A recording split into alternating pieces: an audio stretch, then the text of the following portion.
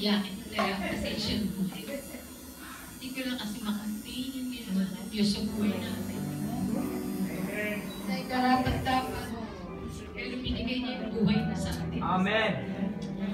Kaya ang mga ginagawa natin, hindi mawawala ng kabuluhan sa harap ng Diyos.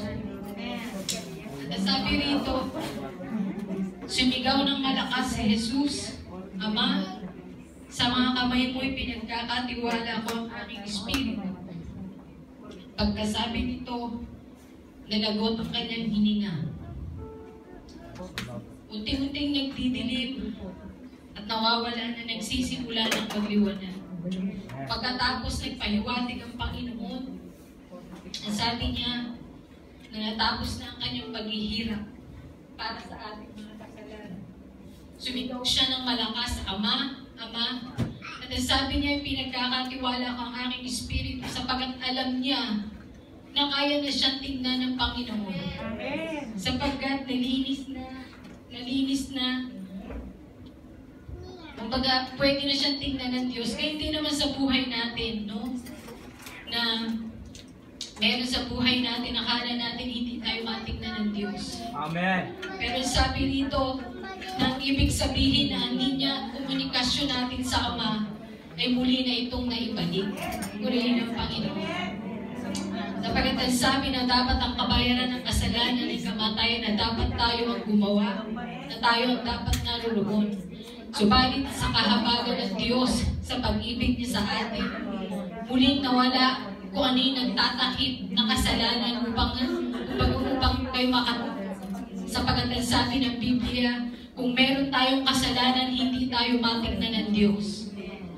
At ang isa pa na maganda dito ay yung kapag Panginoon ng tawad, kaya niya na tayong patawarin. Tapat ang Diyos sa kanyang pangako. Kaya kapag meron nagsasabi sa atin na wala na tayong pag-asa, wala na tayong pagbabago, hindi na tayo kayang patawarin ng Diyos, hindi po totoo yun. Sapagkat ang sabi ng Panginoon na ang linyang yun, ang komunikasyon na yun, kaya nagbukas na para tayo muling makalapit sa Diyos. Kaya na tayong tingnan ng Panginoon. At bakit niya sinabi na isinigaw pa niya ito, meron pong dalawang rason. Sabi dito, nagsalita sa Jesus ng malakas ang boses para malaman ng kaaway na napagtagumpayan na niya ang krus ng Kalbaryo. Amen? At ang pinambayad ng Panginoon na hindi, sabi nga ng Bible, hindi ito pananalapi, kundi sabi dito yung buhay ng ating Panginoon na ibinigay niya sa atin. At ang lahat ng pagsisikap ng kaaway, wasakin siya or pigilan siya, hindi na yun nagtagumpay. Amen? Amen. Paano po ito? Sabi nga dito sa Bible, sa krus. Sa pamamagitan ng krus, maging lahat tayo na inihalal ng Diyos, ay napatawad na tayo sa ating mga kasalanan, yung kasalanan natin noon, at ang kasalanan natin ngayon, at sa darating pa. Subalit, merong mga bagay na minsan nagkakamali ang tao na iniisip natin na kaya naman tayong patawarin ng Diyos. Pero sabi na sa paulit-ulit na kasalanan, ay isipin natin kung ano yung ginawa ng Diyos sa krus ng Kalbaryo na gano'n ito kahalaga para sa iyo. At huwag na nating balikan, maaaring ang tao ay nagkakasala, pero yung manatili ka sa kasalanan, yun ang hindi kayang tanggapin ng Diyos. At sabi dito, nabura na ang lahat. At ang panghabang buhay at sa oras ng pagiging naging born again ka, ang dapat natin na nilalakaran, o dapat na sinusunod natin ngayong utos ng ating Panginoon.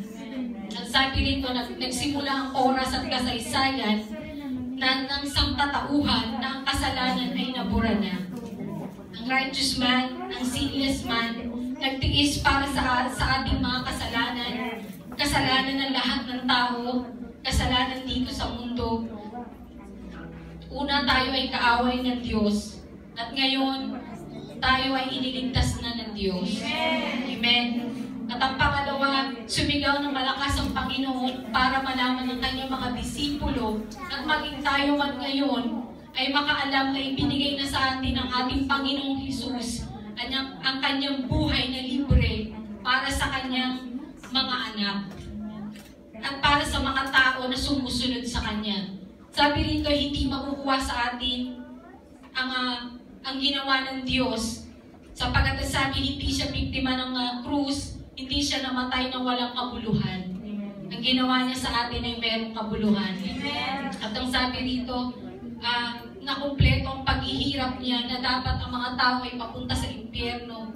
Pero nagkaroon ng kapatawaran at ang paghihirap ng kasalanan at ang mga paghihirap natin, no?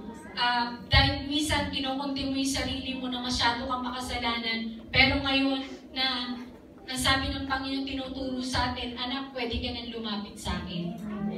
At ang sabi nito, na kumpleto na niya ang kabayaran ng kasalanan. Pwede na tayong tumawag sa Ama, malaya na po tayo. At bago po ako magtapos, nais ko lamang i-share din uli na chance na po ito dahil related din po naman ito. Nung ako malaman ko na magpipreach nito, sa pag-gising ko po ng umaga, sabi meron pong isang lugar na nagpipreach, na nagsasalita po ako doon, nag-share ako ng Word of God. At may mga tao nakikinig at meron dalawang papaalis na. At ang sabi ng isa, ikaw, dahil sinishare ko po sa kanila, taligdan ng kasalanan, manumbalik sa Panginoon, may oras pa, may panahon pa. At sabi ng isa, paalis na siya, bumalik siya sa akin, kinarap niya ako. Sabi niya, ikaw ba ay hindi makasalanan? Sabi ko, ako rin makasalanan. Sabi ko nga, lahat ng tao ay nagkasala. Sabi ko sa akin, anong pagkakatanong niya sa akin, ano ang pinagkaiba natin? Sabi niya. Sabi ko sa kanya, ang pinagkaiba natin, meron akong Kristo sa buhay ko. Sabi ko ganun, kung meron tayong Kristo sa buhay natin, ayaw mong sumunod sa Diyos. Ayaw mong sabihin na magnuno ka sa kasalanan. Yun po sabi ko sa kanya, purihin ang Panginoon sa oras na ito. To God be the glory.